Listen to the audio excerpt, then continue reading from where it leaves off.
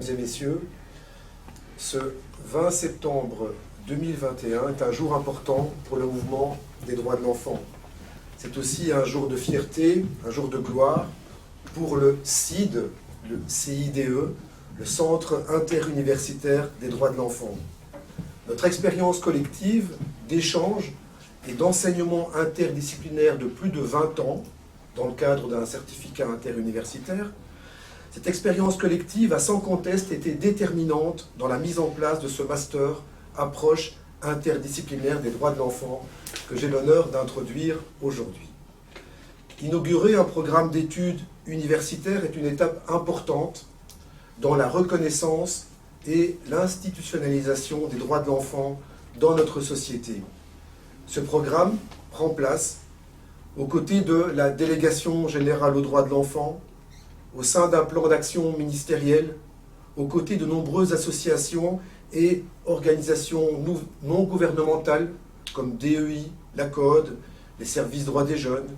Il prend place aussi auprès de tous les acteurs et actrices professionnels de l'aide à la jeunesse, auprès des membres de la société civile, militant pour les droits de l'enfant et accompagnant les enfants au quotidien.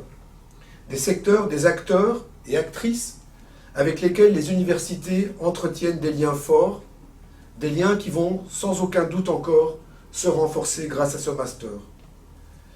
Les avantages de l'autonomisation d'un cursus et de l'institutionnalisation d'un master au cœur de l'université sont évidemment multiples. Les universités produisent des recherches qui nourrissent des enseignements, nos pratiques d'enseignement stimulant les recherches dans un cercle vertueux. Nous produisons des connaissances pour comprendre le monde et nous formons des étudiants et étudiantes à l'esprit critique. Nous tâchons de leur permettre de se décaler du sens commun. Le récent ouvrage du sociologue Didier Eribon, intitulé « Principe d'une pensée critique », nous donne des repères pour former à l'esprit critique. Il faut, dit-il, d'une part, analyser les déterminismes historiques et sociaux, c'est-à-dire il faut connaître et reconnaître les mécanismes complexes de la domination, qu'elles soient liées à l'âge, à la classe, au genre, à la race. Mais il faut aussi, nous dit-il, dans le même temps, refuser les transcendances, considérer que ces mécanismes de domination ne sont pas immanents. Bref, penser qu'il est possible de changer le monde. La pensée critique est intrinsèquement liée au questionnement que font naître des mouvements sociaux tels que le mouvement en faveur des droits de l'enfant. Face à la complexité de la question et de la place de l'enfant et des droits de l'enfant, l'approche interdisciplinaire que nous affichons est indispensable. Associer, combiner des perspectives disciplinaires différentes sur un même objet permet d'être mieux équipé pour affronter les questions complexes, pour problématiser les enjeux liés aux droits de l'enfant.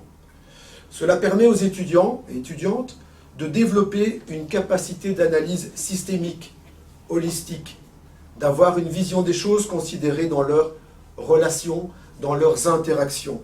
Et cela marche bien.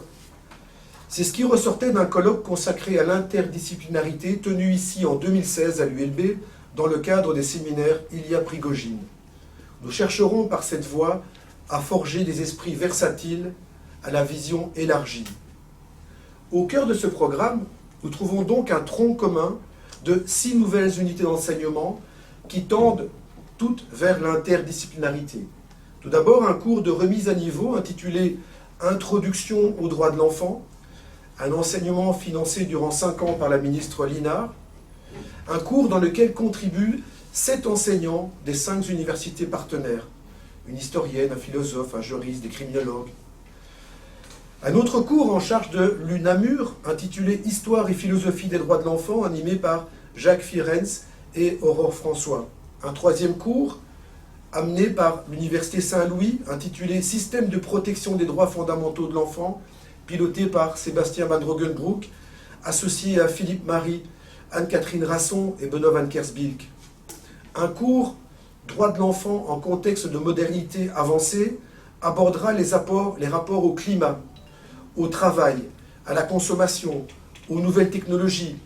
Il est en charge de Lucé Louvain, coordonné par Thierry Moreau, auquel je m'associe. Un cours à orientation psychologique, clinique et juridique, pris en charge par l'ULG et dirigé par Cécile Matisse, en cheville avec Anne-Sophie Calande, un cours intitulé « Regard croisé au pluriel, clinique et juridique sur l'enfant et ses environnements ». Enfin, un cours de sociologie de l'enfant, en charge de l'ULB, traitera des questions de rapport intergénérationnel, de traitement des inégalités et des déviances. Thierry Moreau apportera son regard de juriste sur ces thématiques. Alors, pour emballer ce discours inaugural, mais ne pas vous retenir trop longtemps, je vais tenter un exercice de mise en bouche, un exercice qui devrait vous mettre l'eau à la bouche, une synthèse, un échantillon en 8 minutes de la première séance du premier cours d'introduction aux droits de l'enfant qui se donnera jeudi. Un enseignement qui sera retransmis sur une chaîne YouTube accessible à toutes et tous grâce à la ministre Linard et au suivi des séances par Thomas Castel, qui est parti en mission là à l'instant. Thomas Castel, que je remercie aussi pour son engagement infaillible. Toutes les séances de ce cours d'introduction pourront donc être visionnées librement, j'ai envie de dire ad vitam aeternam, mais bon, YouTube, on ne sait jamais ce qu'ils vont faire de leurs données. Alors, pour illustrer l'importance sociétale des objets dont traite ce master, pour montrer aussi leur amplitude, et donc aussi la nécessité d'une vision interdisciplinaire, j'ai choisi pour ce premier cours d'évoquer la question des violences dites éducatives ordinaires, souvent réduites à la fameuse fessée. Un objet sur lequel tout le monde a son mot à dire, puisque nous avons toutes et tous été enfants, et que nous sommes toutes et tous, pour beaucoup ici, parents, voire grands-parents. Je n'ai pas le temps d'énumérer l'ensemble de mes sources, et je me limiterai à citer Daniel Delanoë, psychiatre et anthropologue, clinicien et chercheur à l'INSERM. Alors, Delanoë a consacré un bel ouvrage sur la question en 2019, intitulé « Les châtiments corporels de l'enfant, une forme élémentaire de la violence ».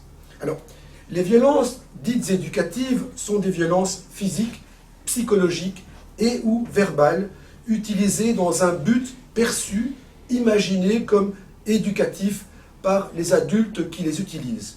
Le mot « ordinaire » renvoie à la banalité, à la normalité, une normalité au sens durkheimien du terme, à savoir au sens statistique du terme, fort répandu. Banalité, normalité de ces pratiques. Le mot « ordinaire » indique aussi l'acceptation de ces pratiques dans nos sociétés depuis l'Antiquité. Dans les nombreux travaux sur l'histoire des violences, peu d'auteurs se sont penchés sur ces violences subies par les enfants durant leur éducation. Les pratiques sont demeurées longtemps invisibles, logées dans l'intimité, comme si elles allaient de soi.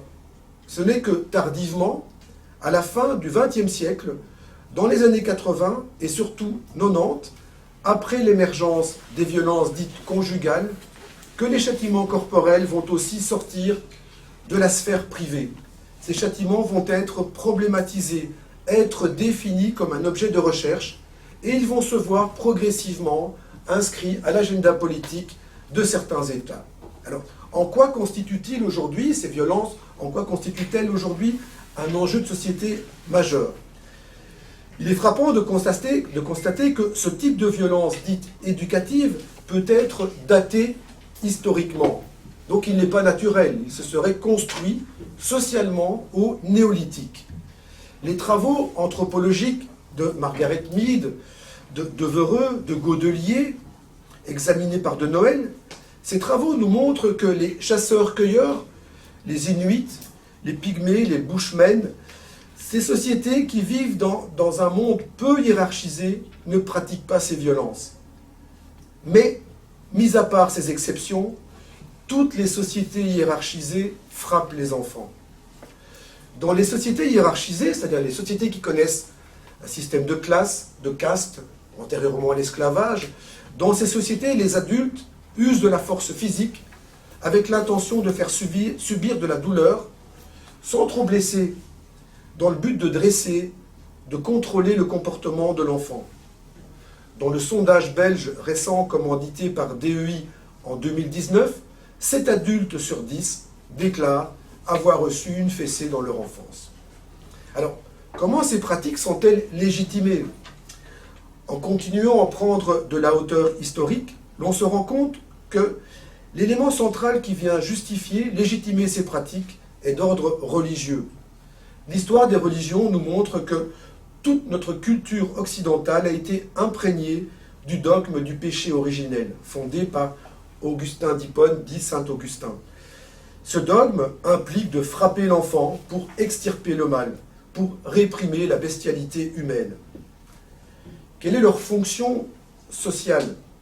Cette pratique des adultes, cette douleur infligée ne vise pas à rétablir une justice. Non, il s'agit simplement de réactiver le pouvoir de l'adulte. Pour faire bref et foucaldien, référence à Michel Foucault, je pense au supplice de Damien qui ouvre son ouvrage majeur « Surveiller et punir », pour faire foucaldien, la fonction sociale de ces châtiments serait de produire, de reproduire et d'incorporer la hiérarchie sociale et le plus souvent la domination masculine. Il existe des liens très étroits entre le droit de correction des enfants et le droit de correction de l'épouse, qui a existé pendant très longtemps. En droit, aux côtés notamment des délits de coups et blessures prévus par les codes pénaux, la Convention internationale des droits de l'enfant interdit de frapper, d'humilier, de menacer, de minorer un enfant. Faut-il maintenir un droit à la correction fait de violences légères et maintenir le droit à la porte des domiciles privés? Ces violences, qui ne laisseraient pas de traces, ont-elles leur place dans les pratiques éducatives? Faut-il les interdire spécifiquement? Quel est l'impact du droit en la matière? En Suède, en tout cas, pays où cette interdiction des violences éducatives ordinaires existe depuis 1979, l'on a observé une diminution des sévices graves et des décès d'enfants suite aux coups portés par leurs parents. Il y aurait bien un continuum, dit de Noël, un continuum entre violence de basse intensité et sévices et maltraitance grave. Enfin, dernier axe de réflexion, quelles sont les conséquences de ces violences ordinaires sur les enfants?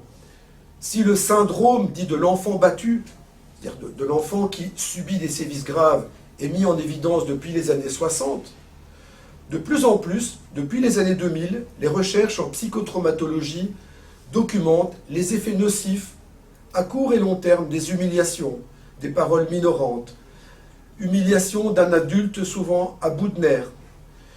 Les effets nocifs sont également montrés à propos des châtiments même légers. Ils favorisent les dépressions, l'agressivité, le recours aux stupéfiants. Ces effets négatifs sont encore peu connus, explique Catherine Guégan, pédiatre, spécialiste en neurosciences affectives et sociales. Ils alimenteraient une spirale reproductive à examiner. Les violences subies d'un enfant sont souvent aussi à mettre en relation avec les violences conjugales d'un adulte, poursuit-elle. Voilà pour la mise en bouche, et j'en termine. Au nom de notre solide équipe, je remercie chaleureusement Madame la ministre Linard, Monsieur Bernard Devos, délégué général aux droits de l'enfant, qui devrait arriver. Je remercie nos rectrices, nos recteurs, nos doyens, nos doyennes pour le soutien apporté. Ce master voit le jour aussi grâce à un petit noyau d'académiques, mais aussi de personnel administratif, Mesdames Peuchot, Cornet, Klein et Ledrissi, qui œuvrent depuis presque 3 années. Coordonner 5 universités, chacune avec ses coutumes, ses canaux et canons de communication, sa culture administrative spécifique, ne sera pas une mince affaire. Nous en sommes déjà rendus compte. Heureusement, nous pouvons compter dans l'équipe sur le professeur Sébastien Madrogenbroek, acolyte, qui dispose d'extraordinaires compétences en plomberie universitaire, débloqueur expérimenté de situations, grande expérience avec son master en droit de l'homme, son expérience de vice-recteur. Il n'a pas souhaité être à mes côtés pour ce discours, permettez-moi de le mettre à l'honneur. Œuvrer à la stabilisation de notre programme et à l'amélioration de nos enseignements seront des tâches auxquelles nous devrons nous atteler aujourd'hui, comme me le rappelait vendredi dernier Thierry Moreau. Cela malgré un financement minimaliste, avec des enseignants qui supportent déjà des charges d'enseignement, de recherche et de gestion considérables. À l'heure où je vous parle, les étudiantes et étudiants ont répondu présent, puisque nous en sommes à 47 admissions, malgré une publicité discrète. Si ces chiffres sont réconfortants, nous aurons sûrement encore besoin du support et de la confiance de nos autorités et des soutiens ministériels pour progresser, pour adosser à notre master des activités de recherche, pour rajeunir une équipe dont la moyenne d'âge tourne autour des 50 ans. J'espère vous avoir persuadé de l'importance de ce master pour mieux connaître le monde, pour éclairer notre société dans ses choix, pour former des spécialistes. Voilà, j'en ai terminé. Désolé si j'étais un peu long. Et je souhaite une longue vie à ce master de spécialisation, pleine de diplômés et de diplômés bien éclairés. Je vous remercie.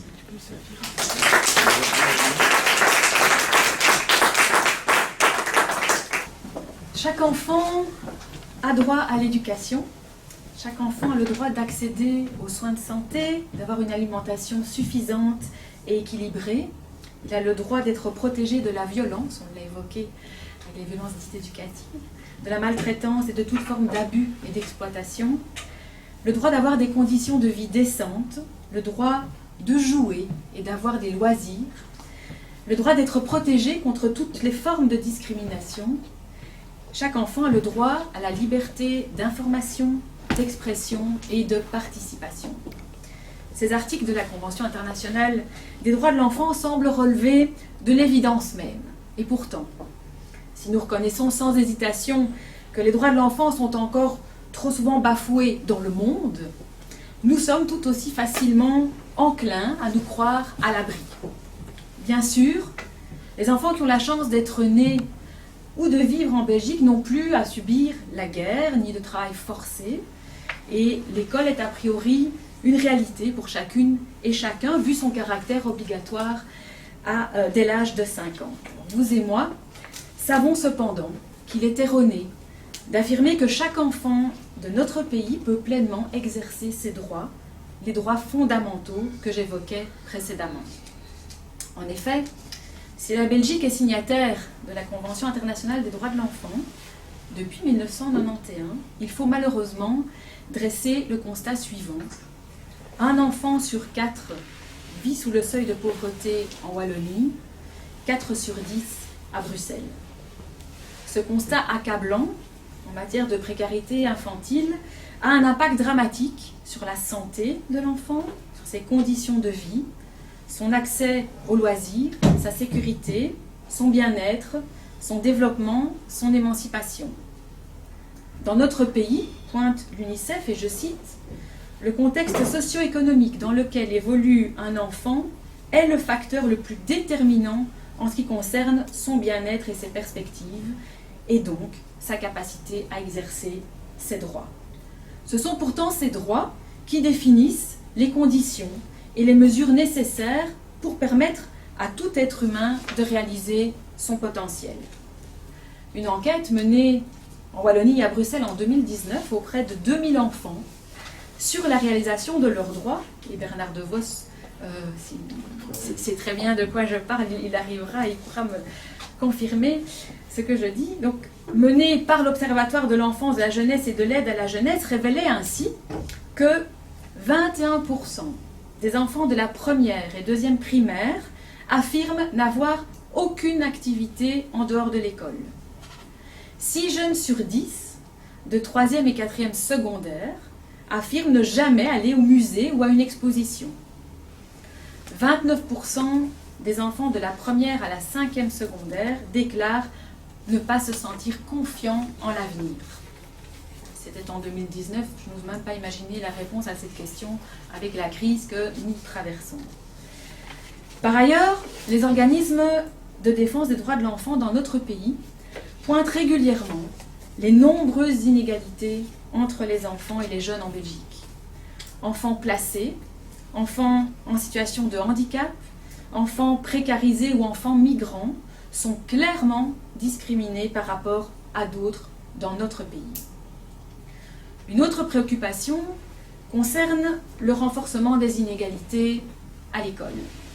Notre système scolaire, par son coût, son système encore trop actuel de relégation de l'enseignement général vers l'enseignement technique, professionnel ou le spécialisé, de par les redoublements, touche en priorité les enfants issus des milieux les moins favorisés. Alors face à ces constats, l'inaction n'est pas une option. Nous devons agir à tous les niveaux, avec tous les leviers à notre disposition. Lutter contre la précarité infantile participe au combat en faveur des droits de l'enfant. Cela passe entre autres par un accueil de qualité pour la petite enfance. Les 1000 premiers jours de l'enfant sont fondamentaux et l'accès à un milieu d'accueil est un véritable levier en matière d'égalité des chances. Nous y travaillons, notamment, je regarde entre autres Séverine Asservice qui travaille dans mon cabinet et qui est à la manœuvre là-dessus. Nous travaillons notamment grâce à un renforcement des moyens attribués à l'ONE et à la création de places d'accueil dans les zones plus défavorisées. Je dis bien places d'accueil, je ne parle pas de lits, parce que des lits c'est un endroit physique, une place d'accueil c'est tout l'environnement qu'on offre en même temps aux enfants qui ont accès à ce milieu d'accueil. Aujourd'hui encore, certains parents pensent ne pas pouvoir disposer d'une place pour son enfant parce qu'ils ne travaillent pas ou parce que ce serait trop cher.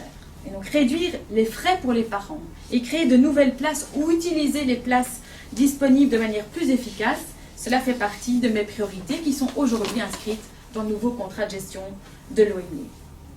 L'école a également un rôle important à jouer dans la lutte contre les inégalités.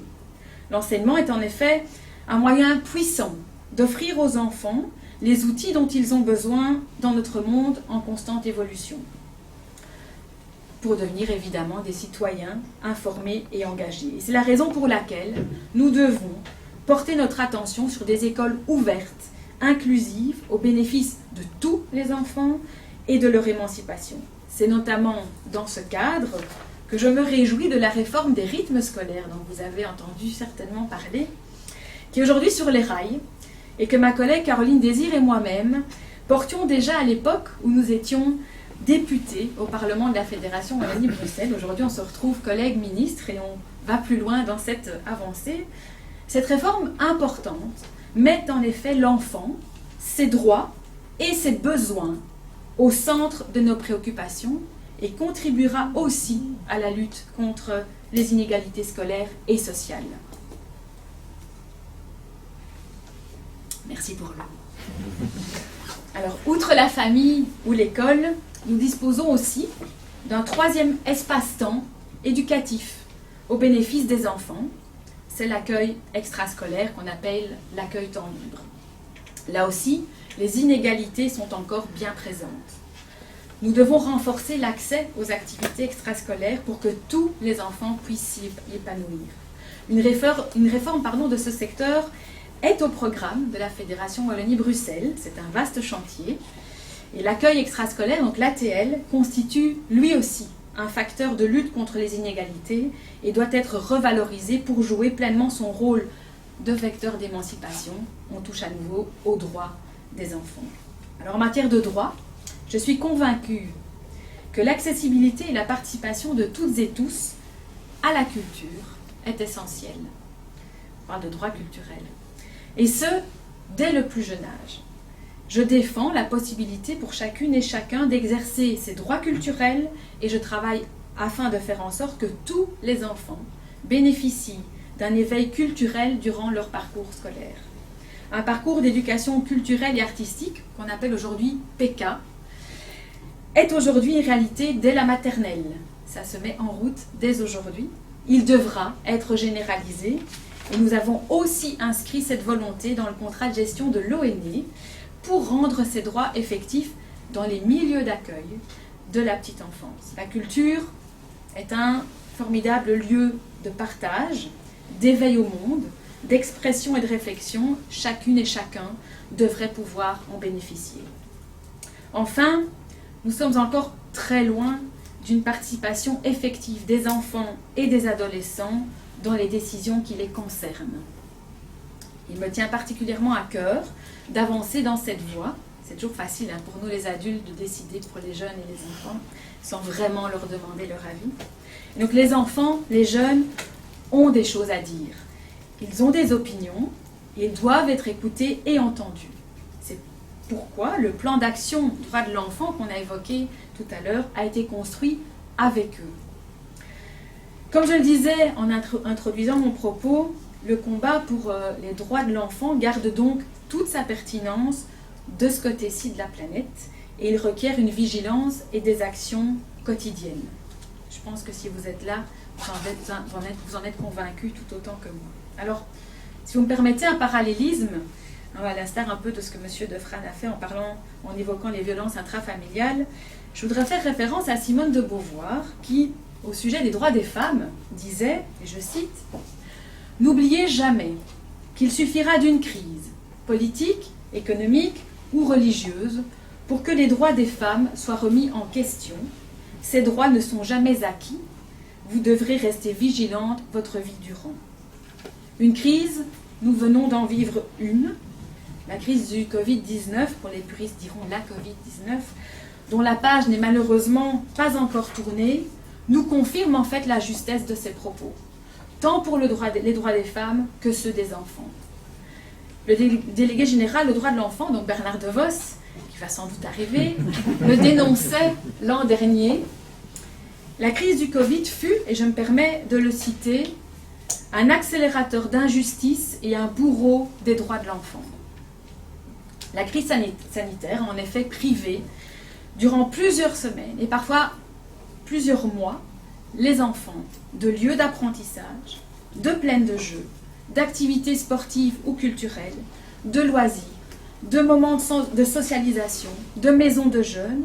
Elle a complexifié l'accès aux soins de santé, ou à la détection de situations de maltraitance, pourtant en augmentation avec la crise. Les mesures de confinement ont eu un impact non négligeable sur le bien-être des enfants, sur la santé mentale des jeunes, coupés de leur vie sociale, réduits à un enseignement à distance, derrière un écran, lorsqu'évidemment la fracture numérique ne venait pas s'ajouter à cette équation. Alors, avec bien sûr une aggravation des effets négatifs de la crise pour les enfants en situation de pauvreté, mais aussi les mineurs non accompagnés, les enfants en situation de handicap. Et c'est pour cette raison qu'avec mes collègues du gouvernement de la Fédération Wallonie-Bruxelles, nous avons toujours plaidé pour préserver un maximum les enfants, on en a fait une priorité, et pour que les adolescents puissent exprimer par exemple leur choix, notamment en matière de vaccination. Aujourd'hui encore, nous devons rester vigilants dans la gestion de cette crise. Je pense entre autres à la mise en place du Covid Safety Kit, élargi, pour lequel il est pour moi indispensable qu'il ne concerne pas des enfants de moins de 16 ans. J'imagine que ça peut faire débat, même dans cette salle. Il me semble également qu'un changement de paradigme devrait être étudié en ce qui concerne les enfants de moins de 12 ans. N'est-il pas temps de considérer que les enfants ne soient plus sujets à aucune contrainte dans la gestion de la crise sanitaire? Je pose la question. Quand on ferme une crèche ou une classe, parce qu'un adulte est considéré à risque, quand on prive des enfants d'école ou d'activité parce que des adultes refusent de se protéger, nous devons nous demander si nous ne sommes pas en train de creuser les inégalités chez nos enfants et si ces mesures continuent d'être pertinentes au regard de l'épidémie.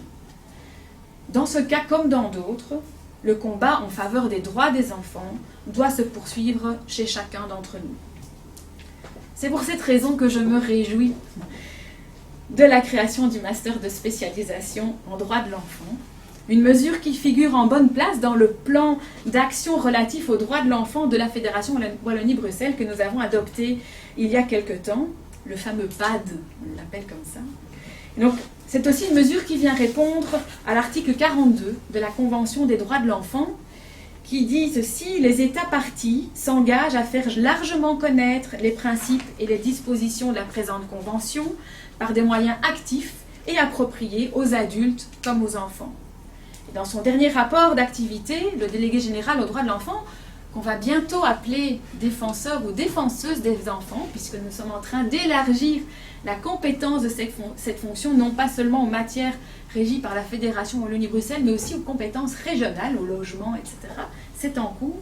Et donc, dans son dernier rapport d'activité, le DGDE, à l'instar de l'ensemble des ombudsmen et médiateurs de la francophonie, avait une nouvelle fois recommandé de mettre en place des modules relatifs aux droits de l'enfant dans la formation initiale et continue de tous les professionnels travaillant avec et ou pour les enfants. Et donc c'est donc en réponse à ces recommandations que le soutien à la création d'un master de spécialisation en droit de l'enfant et l'ouverture de son cours introductif à un public large a été inscrite dans le plan d'action relatif aux droits de l'enfant et fait à présent l'objet d'une convention pluriannuelle de subvention.